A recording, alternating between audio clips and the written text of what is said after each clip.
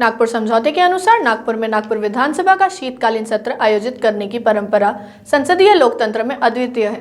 नागपुर में विधान सचिवालय के स्थायी कक्ष सोमवार से नागपुर के विधान भवन में शुरू हुआ, इसलिए अब नागपुर में विधान भवन पूरे साल व्यस्त रहेगा।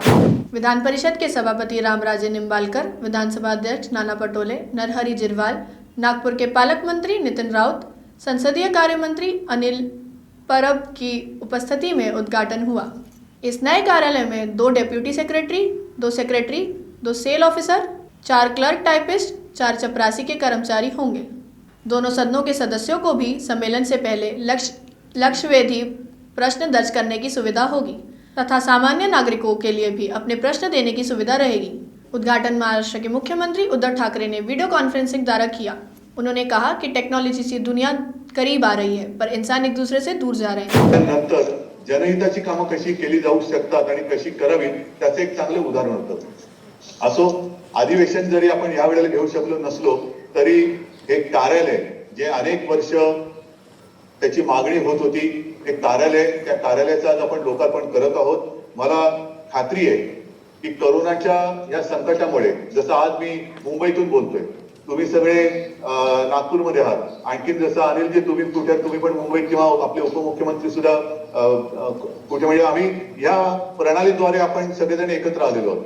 ही एक नवीन पद्धत कोरोनाने आपल्याला दिलेली आहे। आता ही पद्धत दिल्यामुळे हे तंत्रज्ञान एवढं विकसित झाल्यानंतर मला कधी कधी प्रश्न पडतो की या तंत्रज्ञानामुळे कोणी कुठून, म्हणजे अगदी आज आपण म्हटलं असतं तर लंडन किंवा अमेरिकेतला माणूस सुद्धा या प्रणालीद्वारे। नागपुर में विधिमंडल का कार्यालय पहले सिर्फ सत्र के दौरान ही शुरू होता था, पर अब यह साल भर शुरू रहेगा, जिससे यहाँ के लोगों को अपनी समस्याओं को लेकर मुंबई नहीं आना होगा। वीडियो कॉन्फ्रेंसिंग द्वारा उप मुख्यमंत्री अजित पवार, गृह मंत्री अनिल देशमुख, विधान परिषद उपसभापती नीलम गोरे, इन्होंने नागपुर के कार्यालय प्रति समाधान व्यक्त किया। या ठिकाणी सविस्तर सर्वांची भाषणे या ठिकाणी झाली आणि अतिशय चांगली गोष्ट आहे की नागपूरच्या विधान भवनामध्ये महाराष्ट्र विधान परिषदचं सचिवालय हे कायमस्वरूपी कक्षेच्या निमित्तानं चालू होत आहे। ही अतिशय आनंदाची गोष्ट आहे की 3 अधिवेशनापैकी एक अधिवेशन नागपूरमध्ये भरतं आणि त्या एका अधिवेशनासाठी दरवाजा संपूर्ण नागपूर विधान भवनाचा परिसर गजबजलेला राहतो आणि नागपूरचं अधिवेशन संपल्यानंतर बाकी मग 11 महिने त्या ठिकाणी कोणतेही कायमस्वरूपी काम नसतं आणि त्याच्यामुळे त्या ठिकाणी आपण कशा पद्धतीने याचा उपयोग, आपल्या विधान भवनाचा उपयोग, जे काय आमचे आमदार आहेत, विधान परिषदेचे सदस्य आहेत, त्यांचे काय नागपुर और आसपास के जिलों के लोगों को अपने सवाल सरकार तक पहुंचाने में आसानी हो, इसलिए नागपुर में सचिवालय कक्ष खुले। ये मांग विधान परिषद के पूर्व विधायक प्रकाश गजभिये ने बार बार सभागृह में की थी। इस मांग पर सरकार ने ध्यान देते हुए नागपुर विधान भवन में सचिवालय का स्थायी कक्ष खोल दिया है, जिसका उद्घाटन आज विधानसभा अध्यक्ष नाना पटोले के हाथों किया गया। आपने मांगनी की थी, उसका आज उद्घाटन हुआ है, क्या कहेंगे उस बारे में? निश्चित मुझे आज आनंद हुआ कि जो मैंने विधान परिषद में मैंने डिमांड रखा था कि नागपुर के तरफ ये सरकार का लक्ष्य नहीं रहता है और आम आदमी को यहाँ पे बम्बई में आके न्याय नहीं मिलता है और जो भी समस्या वो माननीय मुख्यमंत्री, माननीय उप मुख्यमंत्री और कंसर्न डिपार्टमेंट के मंत्रियों तक नहीं पहुँचती है और विधानसभा के अध्यक्ष हो या विधान परिषद के सभापति हो, इनके तक पहुँचती नहीं है। यहाँ पे आदमी कोई भी, आमदार खासदार तो आ ही सकते, लेकिन आम आदमी भी आके ये विधानमंडल सचिवालय में आके वो अधिकारी को अर्जी दे सकते और उसके ऊपर चंद दिनों में उसका निपटारा करके उसको न्याय देने का काम ये कार्यालय करेगा। और मेरी डिमांड आज अमल बजावनी उसके ऊपर हो गई। आज से ये कार्यालय कार्यान्वित हो गया, तो मैं हमारे सरकार का मैं आभार मानना चाहूँगा कि मेरी डिमांड जो पूरी बहुत ही जल्दी पूरी की, तो इसका आनंद मुझे आज बहुत है। दूसरा आनंद, आमदार होने के नाते मैंने ये तो इतने साल में 70 साल में 75 साल के बाद में नागपुर को न्याय मिला है और मैं दूसरा न्याय ये मिला कि डॉक्टर बाबा साहब अम्बेडकर का तैलचित्र मंत्रालय में कहीं नहीं था, उसकी प्रास्ताविका, संविधान की प्रास्ताविका कहीं नहीं थी। वो मैंने वो भी सवाल किया था, लक्षवेदी रखा था और वो वहाँ पे बाबा साहब का तैल चित्र लग गया और वहाँ पे प्रस्ताविका भी लग गई। निश्चित तौर से वो भी बहुत आनंद मेरे आमदार के कार्यकाल में रहा। आज जिस कक्ष का उद्घाटन हुआ है उसका नागपुर वासियों को किस तरह फायदा होगा? निश्चित तौर से फायदा होगा।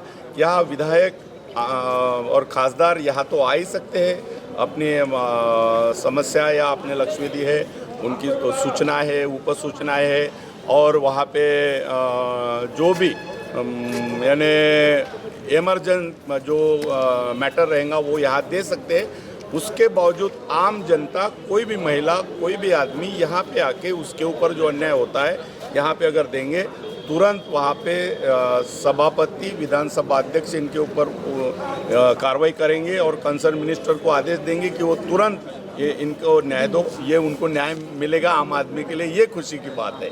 तो ये मैंने जो डिमांड रखा वो डिमांड आज पूरी हो गई और आज से कार्यान्वित हो रहा है।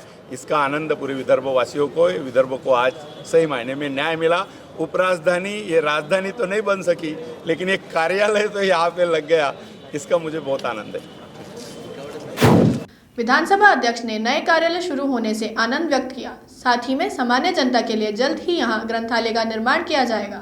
राज्य सरकार की ओर से जहां नागपुर विधान भवन में सचिवालय कक्ष शुरू कर विदर्भ को न्याय देने की बात की जा रही है, वहां आज नागपुर विधानसभा परिसर के ही संविधान चौक पर विदर्भ राज्य आंदोलन समिति की ओर से अलग विदर्भ और कोरोना काल में आए बिजली बिल के माफी के मुद्दे पर आंदोलन कर मोर्चा निकाला गया।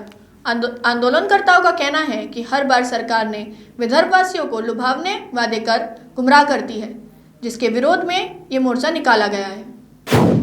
आज जे आंदोलन केलं जात आहे, काय त्यामागचा उद्देश आहे, काय सांगाल आपण? या आंदोलनाचा मुख्य उद्देश विदर्भाचं स्वतंत्र राज्य हे मिळवणं हे आहे आणि विजेचा प्रश्न धरून हे आंदोलन तीव्र करायसाठी आम्ही विजेचा प्रश्न त्याला जोडला आहे।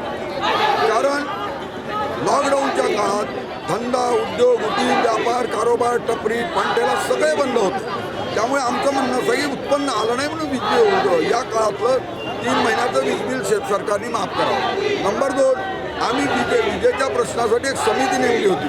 त्यांनी काढलंय की 1 युनिट विजेचा दर फक्त 2.5 रुपये खर्च आहे आणि आतापर्यंत आपण पाहिलं की 2.5 रुपयाची वीज 100 युनिटला 5, 10, 300 पर्यंत 6, 17 आणि त्याच्या पुढे 11 रुपये 57 पैसे एवढं असूनही सरासरी 7.5 रुपये ग्राहकांना द्यावे लागतात। तरी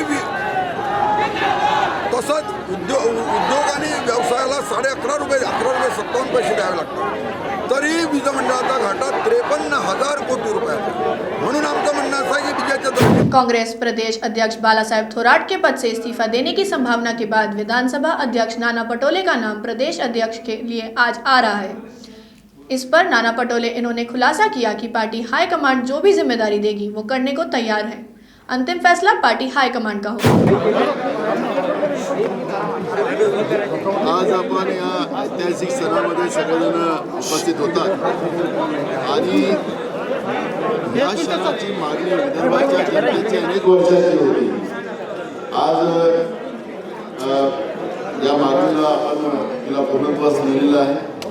आमचे सभापती विधान परिषद रामराजे निंबाळकर आणि आमचे सगळे विधिमंडळातले आमचे सगळे पदाधिकारी यांनी हा निर्णय घेतला आणि त्याची सुरुवात आज झालेली आहे आणि त्याच्यामुळे विदर्भाच्या जनतेला एका आशेच्या ठेवणीची सुरुवात झालेली आहे आणि त्याचा मला पण आनंद आहे। एक ऐतिहासिक क्षण आज हमारे विदर्भ की जनता को यहाँ पे देखने मिल रहा है। मुझे बहुत खुशी है कि हमारे विधान परिषद के सभापति रामराजे निंबाळकर और हम सब लोगों ने मिलकर एक अच्छा निर्णय लिया और जो विदर्भ की जनता की जो मांग थी उसको पूरा करने में वो यश प्राप्त हुआ।